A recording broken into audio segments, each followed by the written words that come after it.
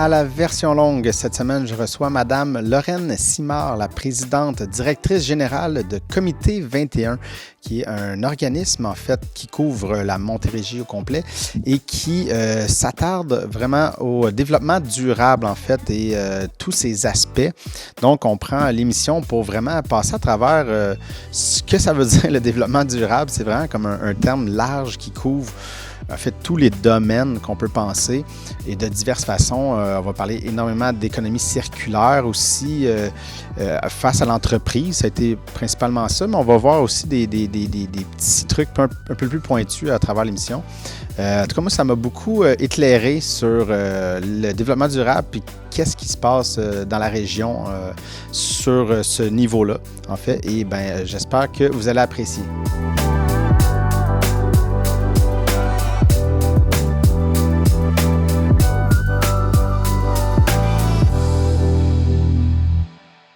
Lorraine Simard, merci beaucoup d'avoir accepté mon invitation aujourd'hui pour venir parler de Comité 21, mais de développement durable. On va rentrer dans ce gros sujet-là, un terme qu'on entend souvent depuis quelques années, mais que des fois, on dirait que je sais pas, tu sais, je sais c'est quoi, puis je sais pas c'est quoi. Okay. Développement durable, parce qu'on dirait que dans ma tête, c'est comme un pléonasme. Un développement devrait être ça devrait toujours être durable. En tout cas, je sais pas trop comment l'expliquer, mais on dirait que dans ma tête, ça devrait déjà être ça. Fait qu'on va rentrer là-dedans, mais juste avant, parce qu'on se connaît vraiment pas, je voudrais avoir un peu votre parcours. Qu'est-ce qui vous a mené, en fait, à Comité 21 puis à être dans ce domaine-là, le développement durable? Est-ce que c'est un chemin qui s'est créé ou c'est là depuis longtemps, cette réflexion-là, en fait? Bien, je pense que la réflexion m'habite depuis mon enfance parce que j'ai eu la chance de passer des vacances d'été à la campagne, dans les bois, puis de vivre à travers la nature. Et je me rappellerai toujours que lorsqu'on revenait à la maison vers Montréal, lorsqu'on arrivait dans le dernier plateau qui menait de Saint-Jérôme vers Montréal, toute la famille, on prenait une dernière grande respiration d'air frais parce qu'on voyait l'anneau de poussière autour du Mont-Royal. Ah ouais. On l'appelait le beigne. OK, pas. C'était le beigne de Montréal, mais nous, c'était le beigne poussière, pas la vente des beignets. Non, c'est ça. Puis, et un jour, et mon père nous a dit, un jour, il y en aura plus parce que ça va être partout. OK, ouais. C'était difficile à croire. Puis quand on est jeune, on pense que c'est plus tard, c'est jamais pour nous. Et aujourd'hui, c'est ça. Donc, l'environnement fait partie de ma vie. Puis, finalement, pour ma première profession, a été dans le domaine de la communication en relations publiques, principalement dans le domaine de la santé. J'ai travaillé aussi dans l'humanitaire pour mieux comprendre les enjeux mondiaux et pour m'apercevoir que les enjeux environnementaux de développement durable, qui comprenaient aussi les enjeux sociaux et économiques, étaient vraiment à l'horizon, puis il fallait s'en occuper. Donc, j'ai changé de carrière à la fin des années 90, début de l'an 2000, okay, pour m'en aller 100% en développement durable. OK. Mais c'est ça, c'est l'environnement, on s'en sort pas, là, on est courant, mais j'ai l'impression que ça devrait être présent dans toutes les sphères, en fait, qu'on réfléchit dans le développement ou je veux dire, ça a un impact dans tout, dans l'urbanisme des villes, dans l'industrie, là, on pourra faire le tour, là, mais je me trompe pas, là, dans le fond.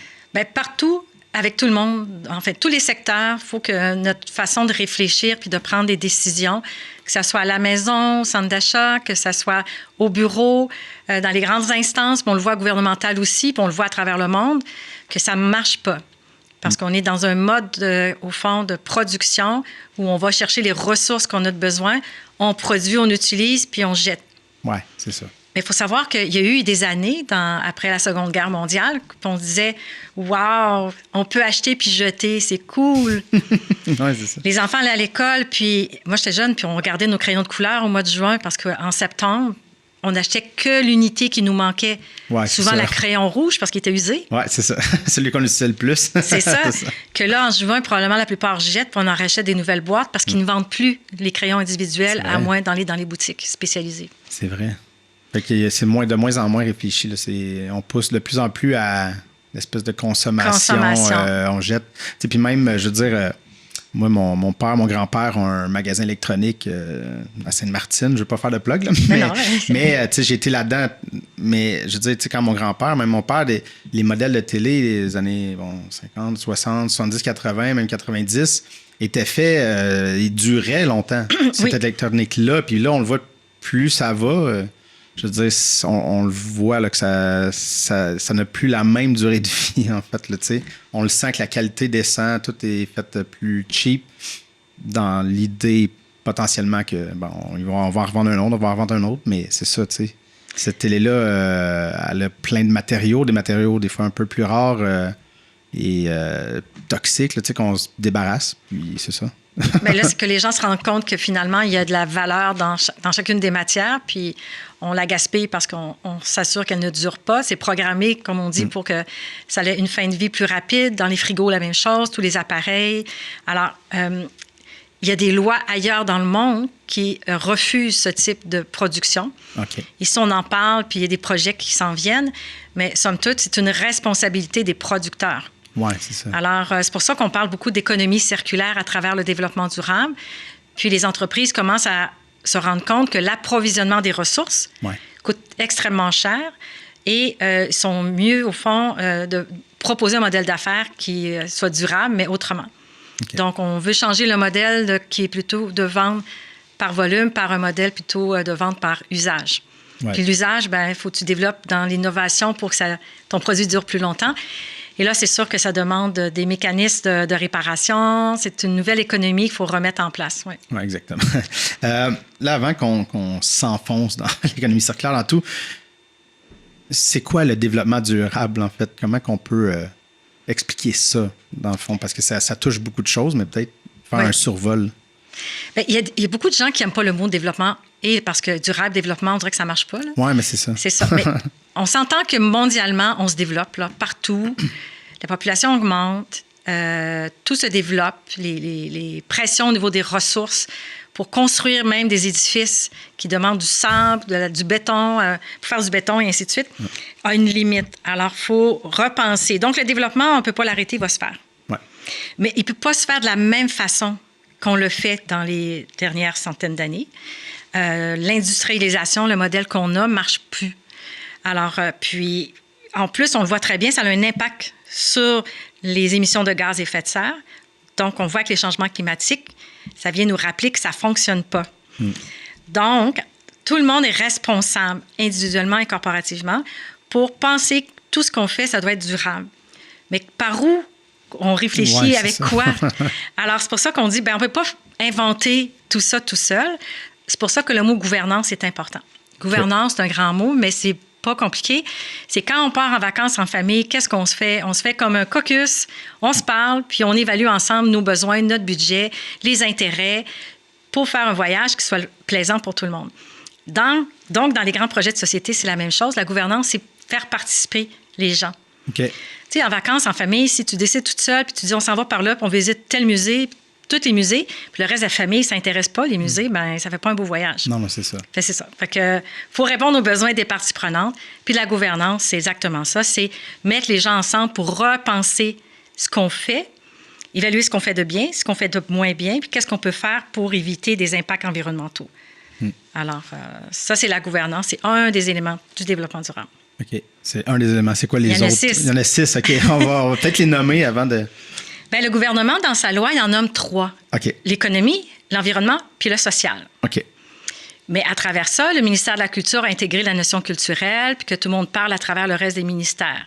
Mais il n'est pas clairement nommé. OK. Et moi, je félicite l'Université du Québec à Chicoutimi, qui, sous la demande de l'Organisation internationale de la francophonie et d'autres instances, ont décortiqué la dimension culturelle. Okay. Ce qui fait qu'aujourd'hui, nous, on travaille au Comité 21 avec vraiment 6 dimensions, qui est la gouvernance.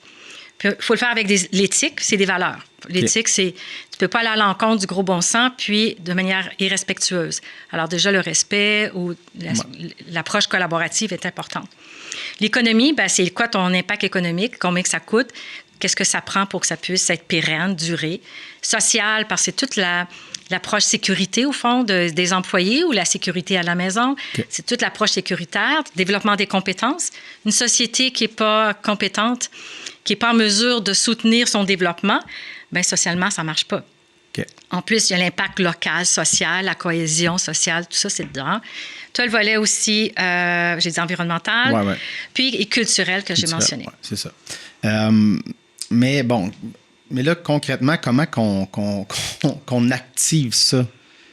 Quand on parle de gouvernance, en fait, de cette discussion-là entre tous ces secteurs-là, parce que là, ça regroupe tout le monde, donc c'est vaste. Là. Comment qu'on démarre ça, tu sais, cette réflexion-là? Ben, je reviens encore les vacances à la maison. Ouais. Ça, je pense qu'on peut l'appliquer partout. Là. Alors, si je prends les vacances à la maison, ben là, on s'est fait un caucus, tout le monde, la famille, on a un budget. Donc, on a un budget. Déjà, la question économique est posée. Ou il manque de budget, mais il nous reste 8 mois avant de partir en vacances. Qu'est-ce qu'on fait tout le monde ensemble pour combler le budget qu'on a de besoin? Bien, quelqu'un va dire, moi, je peux faire ça, moi, je vais faire ça, bon, ainsi de suite. Alors, ça, c'est le volet économique. Il faut trouver les solutions. Volet gouvernance, j'en ai parlé. Éthique, bien, c'est ton choix. Tu vas choisir quel type de camping, tel type d'hôtel, quel type de destination. Si dans la famille, il y a des valeurs pour protéger l'environnement, mais on va dans des choix d'hôtels où ils ont implanté aucune pratique éco-responsable de s'occuper de leur hôtel, dans le sens qu'ils n'ont pas de soucis sur leur achat local, ils gaspillent l'eau, ils gaspillent... Tu sais, on voit qu'il n'y a pas de souci de protection de l'environnement ou de la société. Alors, tu ne les choisis pas. Alors, donc, ton choix de lieu de vacances va être différent si tu réfléchis sur tes valeurs de la famille et qu'est-ce que je dois choisir pour que ça corresponde à mes choses, à mes valeurs. Ensuite, c'est la même chose sur le volet environnemental. Bien, si on va en vacances, bien, c'est quoi l'itinéraire qui pourrait avoir le moins d'impact sur mes gaz à effet de serre, mes déplacements? Au lieu de jouer en zigzag, bien, peut-être qu'on s'oblige à faire un circuit. Donc, on devient juste conscient. Ouais. Et culturellement, ben, est-ce qu'on connaît la culture locale? Est-ce qu'on peut aussi, si on n'a pas d'intérêt culturel, est-ce qu'on se met un petit devoir de plus pour découvrir quelque chose qu'on ne connaît pas? Ou c'est des intérêts sportifs ou peu importe. Donc, le fait qu'on discute, au fond, en famille, permet de réfléchir c'est quoi mes choix éthiques, environnementaux, économiques, sociaux. Puis, ça fait que si tout le monde multiplie ses décisions de cette façon-là, bien, l'ensemble des impacts positifs vont se multiplier sur les territoires, au fond. Oui. Là, tu vois, ça m'amène à quelque chose parce que je reviens du Portugal. Okay, J'étais en voyage, on dirait que ça m'a allumé des cloches, mais donc, je comprends l'idée de, bon, les sphères, de comment on réfléchit, mais des fois, dans cette réflexion-là, puis ça va amener à quelque chose de plus grand que mon voyage au Portugal, là, mais dans l'idée que, bon, on voudrait telle éthique, mais des fois, il y a l'économique que tu dis, ben, tu sais, il y a des valeurs qui bougent, tu sais, mettons, je sais pas, tu sais, moi, j'aime pas tant Airbnb, je sais des fois les torts que ça fait, mais je suis allé dans Airbnb au Portugal parce qu'il y avait un côté monétaire et l'idée de pouvoir accéder à une cuisine et pas aller au restaurant tout le temps, donc sauver un peu d'argent, qui s'est venu jouer sur l'éthique. Fait que des fois, il y a comme ce truc-là, tu sais, l'idée monétaire de comme, ça coûte moins cher, mais tu sais, en tout cas, je sais pas si ça amène une piste, en fait, que ces trucs-là peuvent se jouer un contre l'autre. Bien, ce qui est intéressant, c'est que déjà, tu te poses la question. Ouais. Alors, l'idée, parce qu'on ne peut pas être parfait partout. Non, c'est ça. Puis, il n'y aura jamais de perfection. Puis, ça prend un équilibre dans tout. Alors, à quelque part, tu te dis, d'accord, je prends Airbnb parce que c'est important pour moi, mais tu vas faire des achats à l'épicerie localement.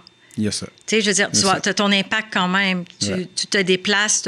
C'est juste qu'il est différent. Ouais. Mais d'en être conscient, c'est que tu deviens conscient aussi de ton achat local. Ouais. Alors, peut-être qu'avant, quand tu allais à l'épicerie locale, au lieu de prendre le pot de tomates qui vient peut-être, tu es au Portugal, mais au lieu d'acheter le pot de tomates, c'est marqué Made in Canada, ben, tu te dis, je n'achèterai pas, là, je vais acheter celui qui est fait au Portugal. C'est ça. Fait que là, peut-être ton attention, parce que tu es sensibilisé, va être sur les produits locaux. Oui, mais il y a eu ça. Là. On allait dans les marchés essayer de voir les producteurs portugais puis de se faire nourriture pour sauver de l'argent, en fait, sur le restaurant qu'on est allé abondamment. Mais maintenant, c'est ça. Ça fait mal. Ton budget. Ouais, c'est ça. Ben oui, ça fait partie de... Fait que ça fait partie de ça, dans le fond. Mais tu sais, est-ce que, justement, dans ces grandes réflexions-là, puis là, c'est sûr que là, c'est large parce que ça touche tout, là, mais tu sais, la côté économique, tu sais, de dire souvent, on entend ça que on aimerait ça être plus environnemental, plus ça, mais les coûts viennent avec. Est-ce que c'est vrai ou c'est un espèce de préjugé Puis là, en même temps, ça doit être vrai dans des acteurs et pas d'autres. Là, mais c'est ça. Ça dépend de beaucoup, là, c'est ça. Mais ce truc-là doit arriver souvent, en prenant disant, mais ça va coûter plus cher, et blablabla. Comment que vous travaillez avec cet angle-là quand vous parlez à des gens, des entrepreneurs, des villes? Ou, Bien, moi, la question, je pose, est-ce qu'on a les moyens de ne pas s'en occuper? Oui. Tu sais, quand on utilise toutes les ressources, puis on est rendu au mois de juillet, puis début août, puis qu'on a déjà, au fond, dépassé la capacité de la Terre à nous fournir nos ressources sur le type de consommation. Puis surtout qu'au Québec puis au Canada, juste en matière résiduelle, on n'est pas des bons exemples. On est les pires. Alors, à quelque part, est-ce qu'on peut se permettre d'agir toujours de la même façon? On a quand même des responsabilités individuelles, municipales, mais aussi corporatives. Ouais. Puis c'est le petit bout de chacun qui va faire la différence. Je crois au petit pas, là, quand même. Oui. Mais tu vois, je reviens quand je travaillais pour mon père au magasin électronique, mais tu sais, des fois, il y avait le monde venait, bon, je voudrais une télé, tout ça. Tu sais, moi, je leur proposais un modèle qui était un peu plus cher, mais que je savais performante et qu'on se doutait qu'il y avait plus de chances de durer dans le temps. Oui. Mais souvent, le monde, sur le coup, fait « Ouais, mais elle est 200$ moins chère. » Je fais « Oui. » Mais dans 10 ans, tu t'en rajouteras pas un autre à 2000$. Ouais. Fait que ton 200$, tu vas l'avoir amorti, en fait, sur ces années-là. Mais je pense, tu sais, des fois, puis là, je suis pas un expert de ça, mais tu sais, l'espèce, tu sais, les municipalités ou les trucs qui sont dans le plus bas soumissionnaire, des fois, je me dis, c'est-tu la meilleure chose? Parce que c'est pas tant l'idée. Tu sais, oui, je comprends qu'on essaie de gérer l'argent, mais des fois, de mettre une petite affaire plus va nous permettre justement de rencontrer des normes environnementales et de perdurer, en fait, dans le temps. Je pense que cette réflexion-là, on devrait peut-être l'avoir. Là. Bien, elle est déjà présente, mais c'est vrai que les règlements ou le système ne supporte pas ça encore à 100%. Alors, il y a de l'éducation, 2, de la pression. Donc, les entrepreneurs disent aussi que ils veulent un regard juste sur les propositions lorsqu'il y a des appels d'offres. Ouais. La loi va changer parce qu'elle va encourager, au fond, les initiatives vertes. Puis, on regarde aussi, selon une étude de la BDC, Banque de développement du Canada, que les donneurs d'ouvrages, qui sont les gouvernements, mais aussi les très grandes entreprises qui veulent faire affaire avec des fournisseurs, vont demander à ce qu'ils répondent à des critères environnementaux, sociaux puis de gouvernance. 92% d'entre eux. Okay. C'est-à-dire que les entreprises, en ce moment, ont le défi de mettre en place « OK, mais c'est quoi ça, ces critères-là? Qu'est-ce que je dois fournir comme preuve? » Parce que ça prend des preuves, c'est pas juste de le dire. Sinon, c'est comme se faire accroire des bons gestes. Puis ça démobilise. De toute façon, les employés sont contre des menteries. Fait qu'à quelque part, il faut mettre les bonnes choses. Alors, les experts accompagnent en ce moment, partout au Québec, les entreprises pour être capables de comprendre ce qui se passe, de le mettre dans le système de l'entreprise. Et l'entreprise constate qu'elle a des avantages économiques de le faire. Alors, après ça, elle est capable de les inscrire aussi dans ses documents lorsqu'il y a des appels d'offres. Mais somme toute, les MRC ou les villes ont encore à accepter que des fois, il y a des coûts supplémentaires associés à ça. Mais tout le monde est conscient et tout le monde travaille pour trouver des solutions à ça. Mais ça va changer. Je ne suis pas inquiète. Si on veut créer le point de bascule, il y a des ajustements qui se font. Non, exactement, c'est ça. Parce que des fois, c'est de dire, bon... c'est pas, on construit une route, est-ce que si on mettait un petit peu plus d'argent, je sais pas, puis que ça dure plus longtemps, on la refait pas aux 8 ans, puis on étire un peu le temps, ça va, je suis d'accord avec toi, on va sauver de l'argent plus loin. Je comprends que c'est ça sur le coup, la facture est plus haute, puis souvent sur le moment, on est comme, voyons, ça se peut pas que ça coûte autant cher, mais peut-être que sur le long terme, ça va être payant. Avant d'aller dans d'autres choses, j'aimerais ça peut-être parler de Comité 21, puis en fait, concrètement, comment ça se passe, en fait, qu'est-ce que vous faites, en fait, avec, est-ce que c'est, mettons, une entreprise vient vous voir ou c'est vous qui faites du démarchage et quand il y a un projet, comment vous le prenez en charge, en fait? Nous, on s'est inscrit, j'ai créé le Comité 21 Québec en 2013. Ouais. Je viens du secteur privé. Puis pour moi, c'est important pour accélérer le développement durable de ne pas faire des champions que dans les entreprises et les organisations, mais de créer des synergies entre elles. Ouais. Et avec les villes, puis les villes, parce qu'au fond, les entreprises habitent à quelque part. Ouais. Ils ont besoin aussi de créer ces énergies entre elles. En 2013, il faut savoir que dans la région, le mot développement durable était quand même moins nommé que bien d'autres sujets. Puis moi, ça faisait déjà depuis le début de l'an 2000 que je sollicitais les organisations. Ce que j'ai décidé de faire, c'est de parler d'eux, ceux qui prenaient des bonnes initiatives, mais avant que tout le monde aille dans la voie, ça a été long. Ouais. Quand on a commencé dans Vaudreuil-Soulanges. OK. Donc, j'ai commencé avec des conférences pour dire qu'il y a un projet. Le développement durable s'inscrit obligatoirement pour tout le monde. C'est une question de temps. Hey, on ne sera pas les bons derniers, là. Il faut que tout le monde embarque. Alors, mais développement durable, c'est quoi ça? Ouais. Alors, j'ai fait colloque, ensuite colloque. Puis au début, les gens ne posaient pas de questions parce que c'était quoi? Ouais. Puis ensuite, j'ai sollicité un peu dans l'esprit de la gouvernance quel projet, à partir de ce que je vous ai présenté, qui serait celui qui serait intéressant pour l'ensemble des entreprises. Ils ont choisi la symbiose industrielle. Okay. Tu vois, dans l'approche d'entreprise, normalement, tu es supposé d'avoir ton offre, tes services, tes produits, puis tu pousses, puis tu vends. Ouais. C'est pas ça que j'ai fait au début. Okay. Je suis allée voir d'abord sur le terrain, qu'est-ce que vous avez de besoin? OK, c'est ça. Parce qu'en développement durable, c'est un grand paysage, mais il y a plein de fenêtres à ouvrir.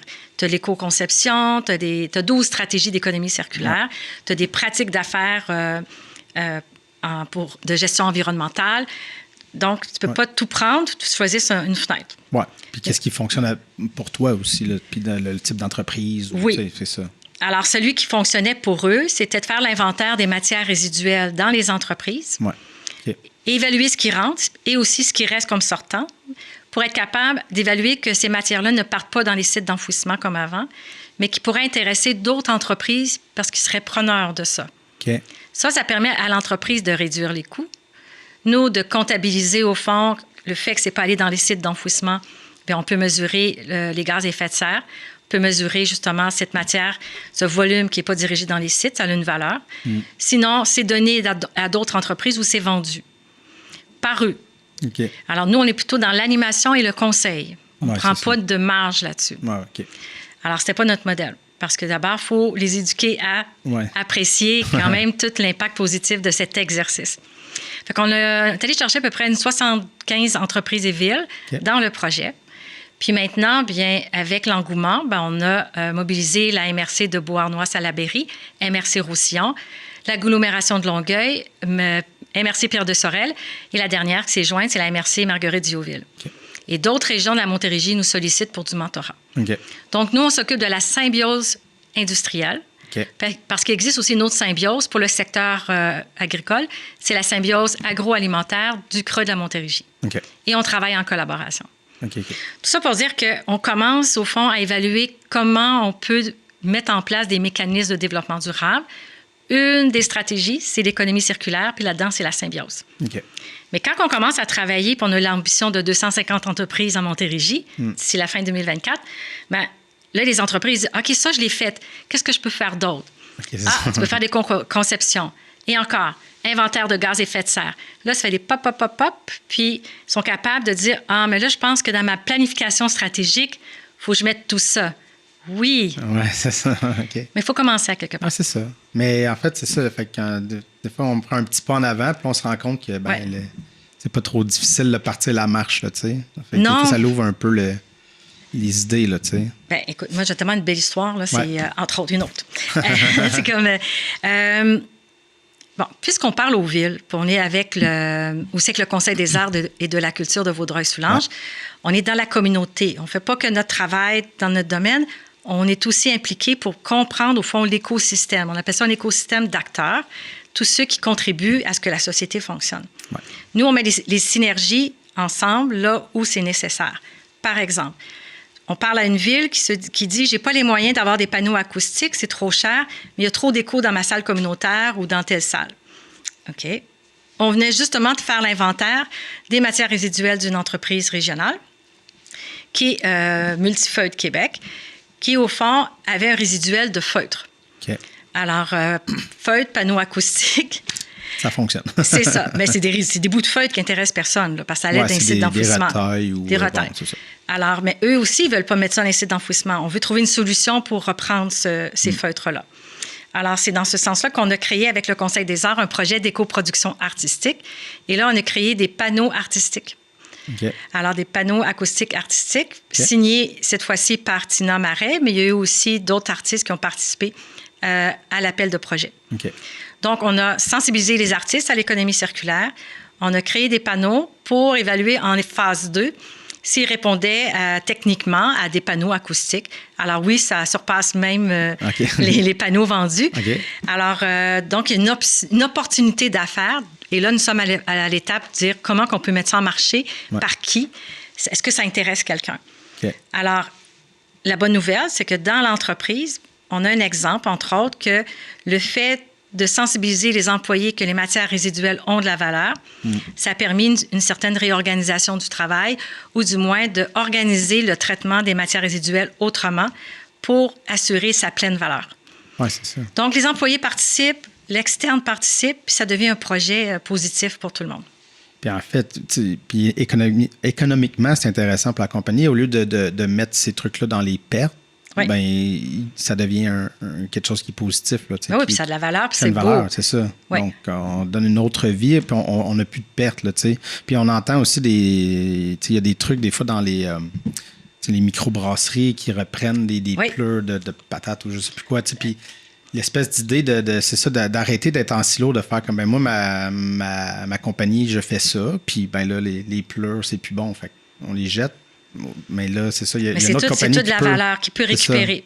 Donc, c'est ça, c'est intéressant. L'économie circulaire, en fait, on pourrait peut-être en parler un peu plus. Là, qu'est-ce que ça touche, en fait, comme sphère? Bien, ça amène un gros changement. Là, puis, je déplace mon verre d'eau pour te dire que notre économie, en ce moment, est en ligne droite. Oui. OK?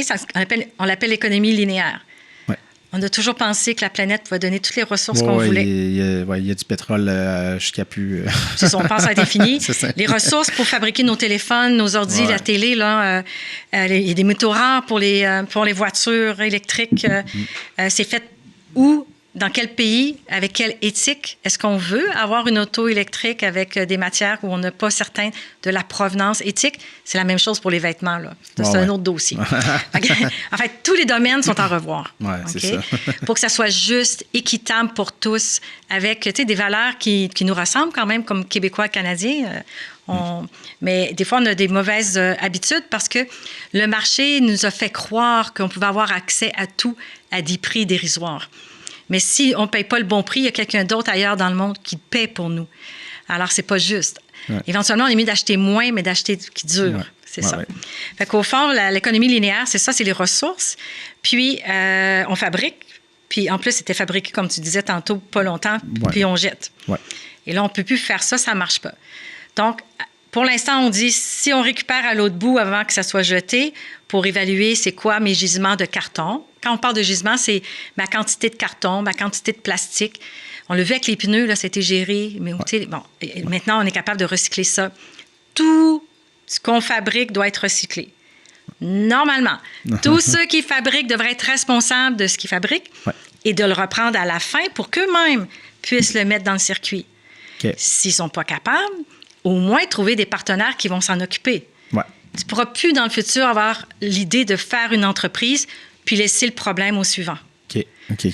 Une entreprise socialement responsable, c'est celle qui va réfléchir sur comment je vais mettre quelque chose en marché qui va durer, qui demande le moins de ressources possible. Ce que j'ai fabriqué, j'ai pris le maximum de matière qui était résiduelle pour le recycler, pour être capable de proposer une valeur que les gens apprécient, puis à la fin, le remettre en boucle. Ça ne peut plus aller dans les sites d'enfouissement. Puis les matières vont devenir de plus en plus chères, sinon rares, pour certains. Alors, il faut s'organiser. Mais après ça, bon, c'est ça, je ne voulais peut-être pas rentrer là-dedans, mais tu sais, le recyclage, il y a le côté qu'on se fait dire qu'on n'est pas capable de tout gérer, qu'il y a des trucs que l'on a envoyés en Chine. Là, fait que des fois aussi, comme consommateur, on devient comme un peu... pas perdu, mais des fois, ça peut nourrir un cynisme, en fait, de dire, est-ce que ça sert à quelque chose? Mais tu sais, est-ce qu'il y a... Mais là, je veux pas... Non, mais il faut le dire, puis ta question est super bonne. Oui, c'est ça. Puis moi aussi, je suis citoyenne. Oui, c'est ça. Je suis une citoyenne frustrée, des fois. Non, on est toutes pareilles. Je suis toujours là, le statu quo n'est pas une option, ni faire comme avant. Pour l'instant, c'est pas parfait. Mais la constance fait en sorte que les gens autour s'organisent. Éventuellement, ils vont être capables de prendre des gisements. Alors, donc, c'est peut-être plus long que prévu, mais il va falloir aller en accélérant. Les gouvernements comprennent qu'ils doivent investir dans ces solutions vertes-là, puis font appel aussi à l'innovation pour qu'on puisse traiter des matières. C'est pour cette raison que, grâce au CTTI, le Centre en transfert écologie industrielle du Québec, là, on coupe le mot un petit peu là, pour aller vite, mais ont développé avec d'autres experts des façons de faire pour mettre en boucle ces matières-là. Nous, on a décidé de travailler avec eux, puis il y a 24 autres symbioses à travers le Québec, et on se parle entre nous. Ce qui fait que on est capable, au fond, notre but, c'est d'être capable de cartographier, puis nous, c'est la Montérégie. Ouais. Qu'est-ce qu'on a dans les entreprises qui restent, qui pourrait intéresser quelqu'un? Okay. Il y a beaucoup de petites PME au Québec. Il y en a beaucoup en Montérégie. Ouais. Mais là, les restants ne sont pas gros. Puis pour faire un projet, ça prend une grande quantité. Ouais. Puis là, c'est ça le défi actuellement. Mais quand même, il faut aller mesurer qu'est-ce qu'on a tous, même si c'est petit, pour être capable de savoir où il est, pour bien le cartographier, pour éventuellement organiser la gestion et les transits de ça vers des lieux qui peuvent les traiter. C'est ça le travail de fond qui est long, parce que c'est de cogner aux portes, puis c'est de faire l'inventaire, c'est de convaincre, puis ainsi de suite. Mais ceux qui participent, il y en a déjà qui en retirent de grands bénéfices économiques, mais aussi environnementaux puis sociaux. Alors, nous, on les voit, les belles histoires. C'est juste qu'il faut multiplier les résultats. Et bon, tu as dit que le comité 21 a commencé en 2013, donc ça fait... Mais activement 2015. 2015, OK. Bon, mais bon, fait qu'on est à 8 ans, 8-9 ans. Bon, mais est-ce que tu vois quand même un avancé? Tu sais, est-ce que tu sens que, que ça se propage un peu, le message du développement durable, en fait, la réflexion? Tu sais, parce que la Montérégie, c'est quand même oui. Gros, là. Fait de rejoindre tous ces gens-là... C'est quand même un travail de longue haleine, mais est-ce que j'imagine qu'on voit comme un peu un effet dernièrement qui s'active un peu là-dedans? Ou? Bien, oui, parce que l'effet est dans le partage de vision. C'est important, on ne peut rien avancer s'il n'y a pas de partage de vision. Puis la Montérégie a une vision, puis comprend que la circularité est importante. L'idée maintenant qu'on porte de créer une circularité par région administrative, on l'aborde avec la Montérégie. Oui, on est fiers, puis je ne suis pas la seule. Il y a d'autres partenaires aussi qui travaillent dans ce sens-là et on est des agents multiplicateurs. Alors, mais oui, ça demande beaucoup d'efforts, mais tout le monde s'aligne en ce moment vers l'économie circulaire. Fait qu'on va aller en mode d'accélération. Par contre, les efforts par région, par groupe d'individus, c'est long.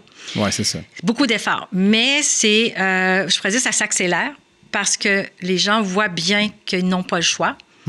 Voient bien qu'ils doivent aussi contribuer et d'autres qui comprennent rapidement qu'il y a de l'innovation. Puis, pour une pérennité d'entreprise, on doit aller vers l'innovation. Le statu quo ne va pas assurer la survie des entreprises. Ouais, c'est ça. Alors, donc, tout le monde en prend conscience. Puis souvent, ils ne savent pas par où commencer. Puis nous, on arrive pour justement démystifier tout ça puis les aider à commencer et à organiser leurs actions et leurs stratégies. Puis j'imagine aussi que dès qu'une nouvelle entreprise ou une entité, ou en tout cas une entreprise qui commence à réfléchir ça, commence à implanter des trucs aussi, par lui-même va peut-être aller contacter des gens. S'il dit « moi j'ai un besoin de tout ça », puis peut-être justement ça peut aider aussi à l'effet boule de neige, j'imagine. Oui. Bien, nous, on aide à créer cet effet de boule de neige. Okay. On crée des ateliers de maillage, au moins 2 fois par année et une autre fois aussi avec le Creux de la Montérégie, parce qu'on met ensemble aussi le secteur agricole et industriel. Okay. Parce que des fois, il y a des matières des uns qui peuvent intéresser l'autre secteur. Il faut briser les silos. Puis nous, on travaille à briser ça.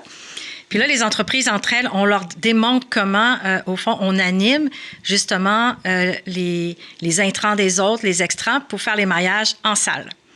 Et les entreprises repartent avec des contacts, puis ils peuvent faire le maillage entre elles par la suite, bien sûr. Mais c'est ça, parce que moi, c'est sûr, ici, je suis vraiment plus collé sur le communautaire là, depuis les années que je suis ici.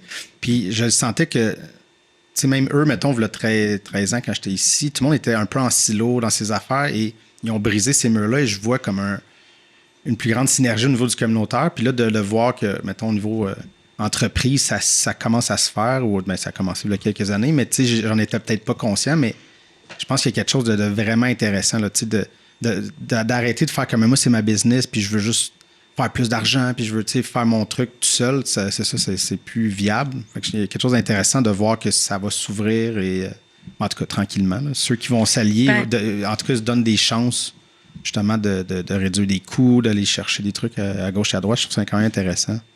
Bien, j'aimerais juste sauter un peu sur ça. Ouais. Quand j'ai commencé, je me rappelle toujours, la première fois que je suis allée à une chambre de commerce, c'était à Montréal. Ouais. J'avais 24 ans. OK.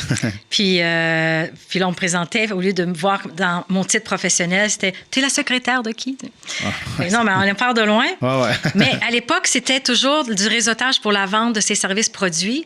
Puis c'est encore comme ça aujourd'hui.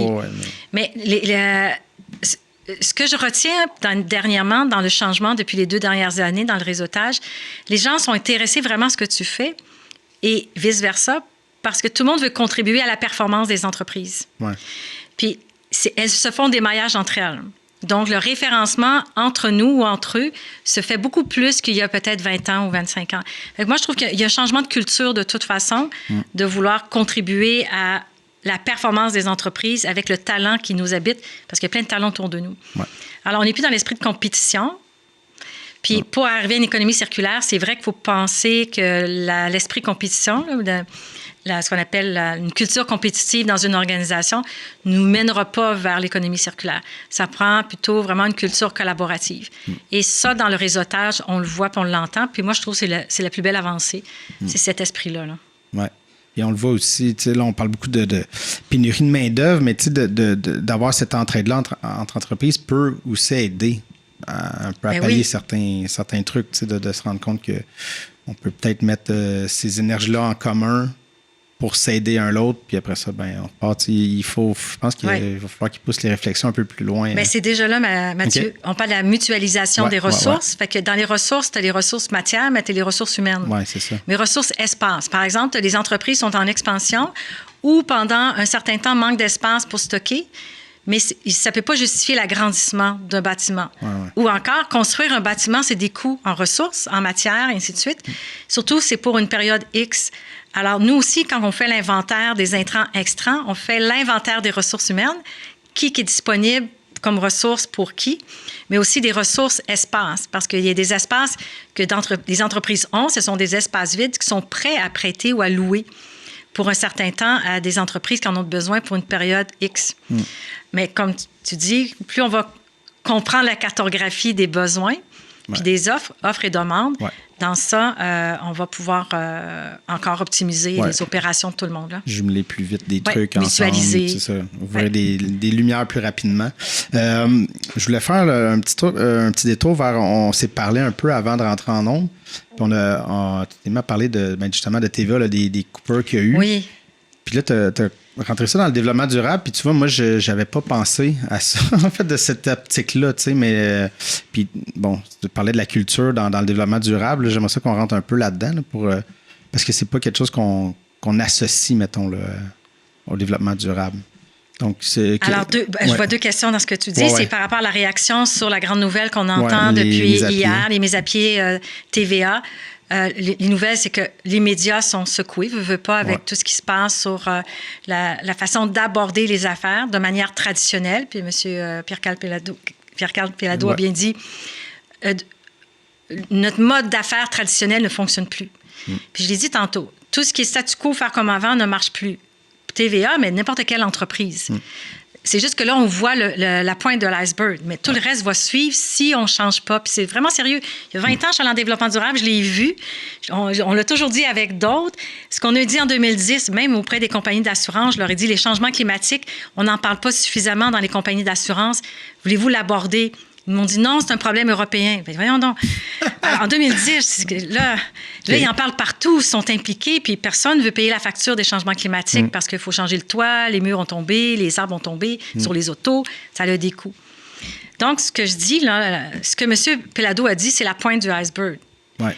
Le changement est dans l'innovation, est autour de nous, parce qu'on va juste s'adapter dans le bon sens. Il ne faut pas être paresseux par attendre. Oui, c'est ça. Ou il ne faut pas attendre les urgences. Parce que là, le problème des médias, puis ce que moi, je pressens, parce que je ne suis pas une spécialiste d'eux, c'est qu'on dit, ça va passer, ça va passer. Demain, on va s'en occuper. Puis les gouvernements aussi, on dit, demain, mais là, il est trop tard. Ouais, c'est puis là, on fait des mises à pied. Il y a eu des cris du cœur puis d'alarme. Là. Puis on entend, mais il va en avoir d'autres. Puis d'autres qui ont pris des initiatives qui avancent très bien. Alors, tout ce que je dis, c'est que le développement durable est aussi dans les médias. Développement durable, ça veut dire que peut-être dans la solution, c'est aussi d'avoir une gouvernance beaucoup plus élargie avec les populations, avec les citoyens. Peut-être ça a été fait, mais on est tous responsables de nos médias. C'est la démocratie passe par nos médias. Et là, en ce moment, même le citoyen laisse aller ça. Puis plusieurs, en ce moment, lèvent le drapeau pour dire il y a une limite puis il y a un danger ici. Ouais. Il est nommé. Et moi, je pense que si les gens le nomment, il faut faire attention puis en prendre soin. Donc, il faut que nous, on s'implique aussi en tant qu'individus puis encourager nos médias locaux. Ouais. D'ailleurs, tous nos médias papier locaux, web locaux, peu importe, il faut investir nos médias là pour penser que notre argent doit rester ici aussi. Oui, mais c'est ça. Puis, en tout cas, il y a beaucoup de choses. Je pourrais partir longtemps là-dessus, puis je ne veux pas trop dérailler l'émission, mais moi, c'est sûr que ça fait longtemps que je réfléchis à la télé, évidemment parce que j'en fais, mais que justement, la culture québécoise est importante parce qu'on est, les seuls francophones. Il y avait une force avant parce que on était tous en train de regarder les mêmes émissions, puis ça créait quand même un lieu commun, tu sais. Une identité. Une identité. Quelque chose qui était ensemble. Puis on le voit s'effriter, mais ça a commencé il y a longtemps. Là, je veux dire, là, les Netflix et toutes les plateformes qui se multiplient, qui viennent prendre la place parce que le modèle du câble est pas assez flexible pour ma génération, même plus jeune. Et donc, on voit que nous, on délaisse énormément. Moi, je veux dire, je travaille ici on est sur un câblé, mais j'ai pas le câble chez nous, tu sais. Mais en même temps, là, ce trou-là qui est laissé est pas rempli par ici, tu sais. Puis il y a des réflexions que je comprends pas qu'on n'a pas. Puis que ce soit pour la télé, mais tous les arts, le cinéma, il y a quelque chose de bizarre que c'est la société qui investit. Mettons, quand on fait un film, la SODEC met de l'argent dans les films. Il va en salle. Puis après ça, quand il sort de la salle, on le voit où, ce film-là? Ouais. Il n'y a pas de plateforme, il n'y a rien. On aimerait ça. Tu sais, à un moment donné, il y avait eu des articles dans la presse ou Le Devoir qui disaient il y a du monde qui met des films, mettons, il y avait des vieux films de Denis Villeneuve sur YouTube gratuits. Puis le monde, comment ça que c'est là? Bien, c'est parce qu'il est nulle part ailleurs. Oui, c'est accessible. J'aimerais ça le voir, le louer. Ou les plateformes qui l'ont, les gens ne connaissent pas. Ou ne connaissent pas, mais dans le cas de Denis Villeneuve, c'est parce que je voulais faire une rétrospective, puis il y avait un film que je le cherchais, je voulais payer, je voulais pas acheter le DVD. D'ailleurs, mais le DVD, il y avait une copie à 40 $. Là, j'étais comme, c'est peut-être un peu exagéré. Mais sinon, j'étais comme, je suis prêt à le louer. Mais qu'est-ce que je fais? Je le trouvais nulle part, puis je l'ai trouvé sur YouTube gratuitement parce que quelqu'un l'a mis là parce qu'il est nulle part. C'est ça, mais il faut avoir la réflexion. T'sais. On a payé pour ce film-là, puis on veut le voir, puis je suis même prêt à repayer. Puis encourager notre œuvre, quand même québécoise, puis là, elle n'est pas...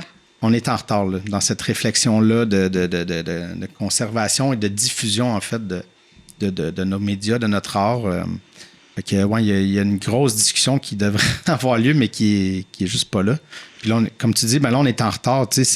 Mais comment qu'on pourrait arriver à activer les gens? Là, c'est un exemple, mais de dire de ne pas attendre justement que TVA mette à pied 523 personnes pour faire comme OK, ça va pas bien. Non, mais faut... Ça, des fois, je me dis comment on peut démarrer cette discussion-là, mais ça, c'est on parle beaucoup qu'en ce moment, sur la planète, puis au Québec, au Canada, peu importe, on est dans une transition. On a eu pendant des décennies une façon de fonctionner, puis dans toute étape de société, il y a des cycles. Il y a des cycles, c'est le party, ça marche, tout le monde peut fêter, mais il y a eu du travail en amont de ça. Là. On ne peut pas fêter tout le temps sans mettre à quelque part des efforts. Puis là, on a peut-être fêté, mais on s'est rendu compte que c'est peut-être pas on laisse des traces, c'est pas des bonnes traces. Ouais. Puis pour les générations futures, il faut se corriger. À partir de là, on se rend compte que tout le monde doit se mettre en chantier. Dans le domaine de la construction, en parlant de chantier, le milieu de la construction, c'est pareil, là. Il y a du gaspillage. Alors, pas juste du gaspillage sur la façon de faire les choses dans l'organisation. Il y a du gaspillage dans les matériaux parce que ça part des sites d'enfouissement étant donné qu'il reste des résiduels. Ou il n'y a pas le choix d'avoir quand même du résiduel, mais au lieu de le jeter, il faut s'en occuper. Donc, que ce soit construction, manufacturier, agricole, mais le secteur culturel aussi doit être en chantier. Pour revoir justement c'est quoi nos enjeux communs économiques, environnementaux, sociaux, gouvernance éthique, tout ça, pour qu'ensemble puisse établir certaines choses, des conditions. Il y a toujours l'enjeu de l'argent. Hein? On revient toujours sur on n'a pas les moyens ou il y a un côté que ça tire plus. Mais c'est vrai que dans les chantiers, éventuellement, on va prendre un chantier beaucoup plus parapluie, plus global, pour être capable d'inclure l'ensemble des autres parties prenantes, des autres secteurs, pour arrêter de penser, puis il n'y a plus de place au gaspillage. Ouais. Parce que là, on peut économiser. Il faut que les gens qui disent on a réussi à avoir des économies ici, bien, pour être capable de les déléguer à d'autres. Ouais. C'est un changement de mentalité, mais tout ça ne peut pas se faire en criant ciseaux. Là. Ça va prendre probablement encore 10, 15, 20 ans. Mais on ne peut pas ne pas se questionner. Ouais. Puis il va y avoir des essais-erreurs, mais c'est sûr qu'éventuellement, ça va se corriger, puis il va y avoir un prochain party. Ouais. Mais c'est juste qu'il y a un cycle en ce moment, mais il faut le voir comme un cycle positif là, qui nous amène plutôt de la belle innovation, un équilibre, puis une prise de conscience, tout en vivant bien. C'est pas de se pénaliser, là. C'est juste d'être conscient. Ouais. Puis pour finir, l'espèce de parenthèse culturelle, parce que ça m'est revenu en tête, mais je sais que le théâtre avait entamé une réflexion il y a quelques années déjà sur les décors de théâtre, en fait. Oui. Parce que, on monte une pièce, donc on construit, on prend du bois, on fait des... ce décor-là, la pièce joue 6 semaines et puis on jette le décor parce que la pièce d'après n'a pas besoin de ça. Mais là, je sais qu'ils ont déjà entamé à comment conserver et réutiliser certaines parties, en fait. Fait que je sais qu'il y a déjà cette réflexion-là qui était partie, en tout cas dans ce domaine-là. Pour ça, je disais tantôt qu'on n'est pas les seuls à travailler dans le bon sens, là, d'accompagnement. Alors, tu as des spécialistes qu'on appelle, c'est la boîte, c'est une entreprise d'économie sociale qui s'appelle Écocéno. OK, oui, c'est ça. Puis, il y a aussi le Conseil québécois des événements éco-responsables sous le chapeau du Réseau des femmes en environnement. Alors, ça, c'est 2 choses importantes. C'est que Écocéno, comme tu dis, travaille sur les aspects de scène, mais aussi de plateau de cinéma, tout ça pour justement revoir la conception. Même les musées revoient toute la conception des installations. Alors, on a ce qu'on appelle une approche d'éco-conception. Comment je peux fabriquer quelque chose qui, à la fin, je défais en morceaux, puis les morceaux servent quelqu'un d'autre. Ouais. Parce que souvent, on a fabriqué, puis c'était difficile à récupérer parce que c'était pas fait pour que ça soit bien défait. Oui, c'est ça. Et créer de la valeur. Oui, c'est ça. C'est monté pour que ça paraisse bien pour le public, le temps que ça dure. Puis ça peut pas être facilement... valorisé. Donc, c'est ça. Donc, il y a un souci maintenant. Puis même dans l'éco-conception, c'est de dire, est-ce qu'il y a des matières résiduelles d'ailleurs, donc des intrants ou des sortants d'ailleurs, j'y rentre pour concevoir autrement.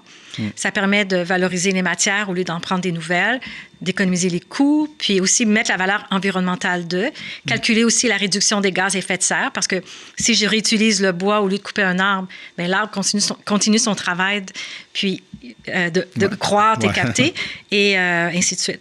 Et le Réseau des femmes en environnement pour les événements éco-responsables.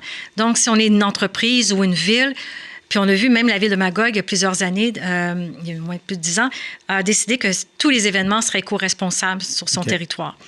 Donc, même une ville peut prendre l'initiative de dire, ici, on va commencer par nos événements pour diminuer nos impacts environnementaux et même éduquer nos citoyens qu'est-ce qu'un événement éco-responsable.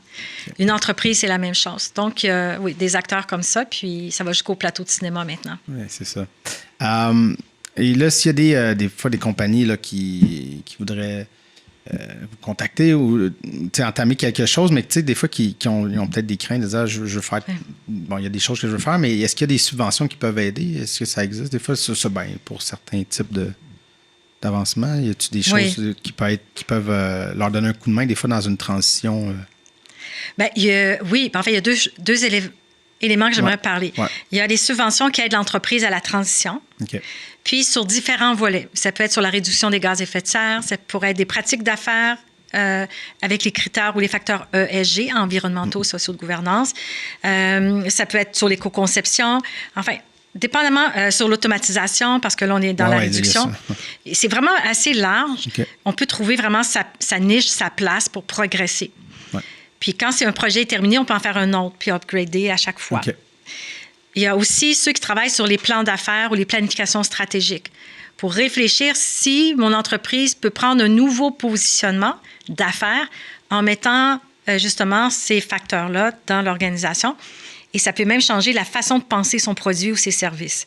Et là, ça crée des opportunités d'affaires. Et là, parce que c'est bien défini, on sait quoi demander comme financement. Et en plus, ça repose sur des valeurs et une gouvernance qu'on peut prouver quand on fait une demande de financement. Et c'est là que je reviens. Desjardins le dit, puis aussi l'Investissement Québec et le gouvernement. Pour être en mesure d'évaluer votre demande de financement pour votre agrandissement, vos demandes de subvention ou de prêt, on a besoin d'évaluer quel est votre impact environnemental, social et de gouvernance. Okay. Alors, ça devient des points supplémentaires à présenter lorsqu'on dépose des demandes de financement. Puis, internationalement, c'est demandé de toute façon. Okay. Alors, ici, on veut habituer les entreprises à réfléchir sur ces critères-là. Okay. Mais là, l'entreprise manque de ressources humaines, n'a pas le temps, n'a pas d'argent. Par où qu'on commence? Alors, en à peu près 1 an, 18 mois, on a le temps de mettre des bonnes bases. Il faut avancer un petit peu à la fois, mais avancer. Ouais. Puis des fois, il y en a qui donnent des fois un petit coup plus vite pour finir le plus vite possible parce qu'ils veulent répondre à des appels d'offres. Ouais, c'est ça. Alors, l'important, c'est de commencer puis essayer de progresser. Ouais. Mais quand on y touche, on se rend compte que ça rapporte tellement que là, ils mettent une ressource attitrée au projet. Okay.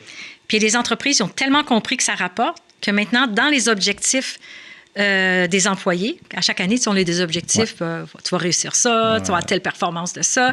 Là, je te rajoute des critères environnementaux, sociaux, puis tout ça. Okay. Là, les employés sont formés, puis ils savent où ils s'en vont parce qu'il y a un plan de match qui est fait. Ouais, mais ça fait partie même des bonus d'entreprise. Okay. Il y en a qui vont jusque-là. Mais tu ne peux pas faire ça le jour 1. Là. Oui, c'est ça. Non, quand tu progresses. Mais tu dans l'encours, là, tu vas manger tout ça. Mais ça demain matin. Mais on a vu des transformations d'entreprises tellement, autant de la petite à 5 employés jusqu'à 3-4 000 employés, okay. Des entreprises où il n'y avait pas de vision, il y avait de la... comment dire donc? Du tutoriel interne, en direction, ça ne marche pas. Ouais. Puis on dirait que tout ça remet au fond des sujets sur la table autrement. Je ne dis pas qu'on réinvente la roue, mais ça calme tout le monde sur des nouveaux sujets qui tient à cœur quand même chaque personne que nous sommes au travail. On est des parents, là. Ouais. On est des adultes, puis on veut faire les choses pour que l'impact soit le plus positif possible. Ouais, ça rallie tout le monde dans le bon sens. Ouais. Il y a quelque chose d'encourageant parce que de savoir qu'il y a comme... Il y a quelque chose qui se passe au niveau des entreprises. Moi, j'ai une tendance au cynisme dans la vie, puis de faire comment. Mais j'aime ça entendre, de voir qu'en tout cas, il y a un processus d'entamer, qu'il y a une réflexion, qu'il y a du monde qui veut aller, en tout cas, dans le bon sens, de réfléchir de ce côté-là. Le temps commence à nous manquer, mais on voulait peut-être parler rapidement la grande rentrée que vous organisez. En fait, c'est quoi les grandes rentrées? Là? Il y a eu la 8e édition. Oui, en septembre dernier. Là. Oui. Mais c'est quoi, en fait, pour vous, cet événement-là? Qu'est-ce que ça représente? Bien, pour nous, ça représente, au fond, le momentum où les élèves retournent en classe, puis les parents au travail, puis chacun a des devoirs. OK. C'est l'idée de départ, au fond, de dire hey, c'est notre grande rentrée avec nos responsabilités de développement durable. Okay. Qu'est-ce qu'on fait cette année ensemble? OK. Puis qu'est-ce que ça a donné l'année passée? Puis on vient raconter nos bons coups. Okay. Pour avoir un point de départ positif. Et à chaque fois qu'on fait les grandes rentrées, les gens ressortent pour dire « Wow, les entreprises ont fait tout ça. » Oui. Alors, il y en a qui viennent assister au colloque, puis ils n'ont pas entamé de processus encore. Okay. Puis, à la fin, ils se sont dit « Bien là, il faut que je fasse quelque chose. » Puis ça a l'air plus que cool, ça rapporte. Oui, c'est ça. Puis, des entreprises qui viennent raconter qui ont carrément changé de stratégie d'entreprise. Okay. D'autres qui ont dit que c'est un produit qu'ils ont lancé qui répond à. D'autres qui ne jurent que par ça. Puis, d'autres qui vont dire qu'il faut y aller tranquillement, mais sûrement. On reste réaliste, là. Oui, c'est ça. Parce que tout le monde approche avec, il y a à chaque fois des défis, puis qu'ils avancent de manière continue, mais en s'améliorant, au fond, puis qu'il n'y aura rien de parfait. Fait qu'ils ne viennent pas raconter qu'ils sont les champions, là. En toute humilité, ils disent qu'il y a des bouts que ça ne marche pas. Mais ils expliquent pourquoi. Fait qu'en expliquant pourquoi, ils disent je ne ferai pas peut-être la même erreur. Des fois, ce n'est pas des erreurs, c'est des timings, peu importe. Alors, la grande rentrée, c'est un momentum, au fond, de bonnes nouvelles pour s'inspirer. Puis, la prochaine a lieu en septembre ou octobre l'année prochaine. Ouais. Puis, on a commencé tout ça en Vaudreuil-Soulanges pendant plusieurs années. Et pour la première fois, c'est en tournée à Longueuil et la prochaine tournée est à Pierre-de-Sorel. Okay. On va être à Sorel-Tracy. Okay. Ça va revenir ensuite soit vers Longueuil ou dans la région centre pour retourner, ainsi de suite. On va se promener. Oui, c'est ça. Ouais, c'est ça. La Montérégie, c'est quand même vaste. Là, fait que c'est ça. C'est intéressant de se promener aussi. Puis, parce que je veux dire, de Vaudreuil à Sorel, c'est des gangs qui ne se parlent pas. Oui, c'est ça. Puis c'est des groupes qui ne se parlent pas ou, je ne parle pas. Je veux dire, moins. C'est pas dans la réflexion. Là, c'est plus loin. C'est plus loin. Sauf que j'ai des entreprises, quand on visite, ils disent, nous, là, maintenant, on est prêts à sortir de... Ouais. Ils veulent, parce qu'au fond, dans les synergies, on a besoin. Les solutions sont peut-être plus nécessairement dans leur localité, sont ailleurs. Ouais. Alors, et de toute façon, aller écouter les autres, ça inspire. Ah, exact. Sortir, puis c'est moins loin que Montréal, parce que même si tu fais un peu de route, il n'y a pas de trafic. Il n'y a pas de trafic, c'est ça, exactement. Et bon, c'est ça, tantôt aussi, on se parlait hors d'onde là, que, il y a, comme là, je parlais d'un projet qui va avoir de construction de logements sociaux, en fait, pour... c'est comme une maison sous les maisons Martin Matt là, pour les traumatisés crâniens. C'est un organisme Vent d'espoir. Et tu disais que c'est ça, vous aimeriez être au courant de ces projets-là pour peut-être les aider, mais là, il y a comme une plateforme aussi. Peut-être, si vous êtes un organisme ou quelque chose, je vous invite peut-être à contacter Comité 21, mais c'est des choses que vous aimeriez savoir, en fait, pour peut-être pouvoir aider, surtout quand c'est un OBNL, à sauver des coûts. Bien, nous, on aimerait avoir, au fond, on aimerait développer un programme pour les symbioses, parce qu'en ce moment, on a une symbiose industrielle pour le secteur manufacturier industriel. On a une symbiose textile avec les friperies. Ouais. Donc, on fait l'inventaire aussi de tous les vêtements qui ne sont pas vendus dans leur friperie pour qu'on appelle tout le textile post-consommation. Ouais. Puis, on fait aussi industriel pour voir s'il n'y a pas des gisements qui ne peuvent pas intéresser des entreprises locales. Mais aussi, on développe, puis on veut développer davantage avec de l'aide, là, de subventions pour animer ça, la symbiose de construction. Ouais. On a déjà des demandes, puis on répond, mais on peut agrandir le projet. Ce qui permettrait, au fond, de cartographier les besoins ensuite des organismes de la Montérégie qui ont besoin de rénover dans les prochaines années leur édifice, s'ils sont propriétaires. Ouais, c'est ça. C'est la condition. Ouais. Alors, par exemple, s'ils ont un toit à refaire, les toilettes, les cuisines, les sous-sols, tous les matériaux. Parce que nous, si on travaille avec les gens de la construction et de la déconstruction, bien, au lieu d'avoir une demande de ces entreprises-là pour dire « tu as une semaine pour me trouver repreneur », bien, je dis « bien là, c'est parce que ça prend plus de temps. » Alors, il faut organiser l'offre et la demande. Donc, si on peut avoir un plan de 3 ans pour dire bien, qui a besoin de rénovation de matériaux pour qu'on puisse, avec les villes et MRC, trouver des lieux de stockage pour que lorsque les organismes ont besoin de rénover ou de construire, qu'on ait les matériaux pour qu'ils tournent entre elles. Ouais. Alors ça peut être une option. Puis je sais, quand j'en parle, ça intéresse les gens. Mais là, il faut mettre ça en place. Donc, c'est des gens qui veulent participer à mettre ça en place, bien, nous contacter. Ouais. Parfait. C'est tout le temps qu'on avait. Ça passe quand même... Ben oui, je suis toujours... tu disais qu'on... Ça passe vite. Hein? Oui, c'est ça. Mais je pense qu'on a fait quand même un beau survol général là, de ce qui se passe. Peut-être à rappeler qu'on mobilise plus de 250 entreprises pour participer à la symbiose. Donc, peu importe si vous connaissez des gens, vous travaillez à quelque part, faire connaître le projet Montérégie circulaire et contacter le Comité 21 pour qu'on puisse aller voir vos entreprises qui ont besoin de connaître ce qu'on fait pour emboîter le pas, mettre l'épaule à la roue pour réussir notre circularité nationale montérégienne. Yes! Mais, Madame Lorraine Simard, merci beaucoup de votre temps. J'ai adoré notre discussion. Merci encore, bravo. Merci.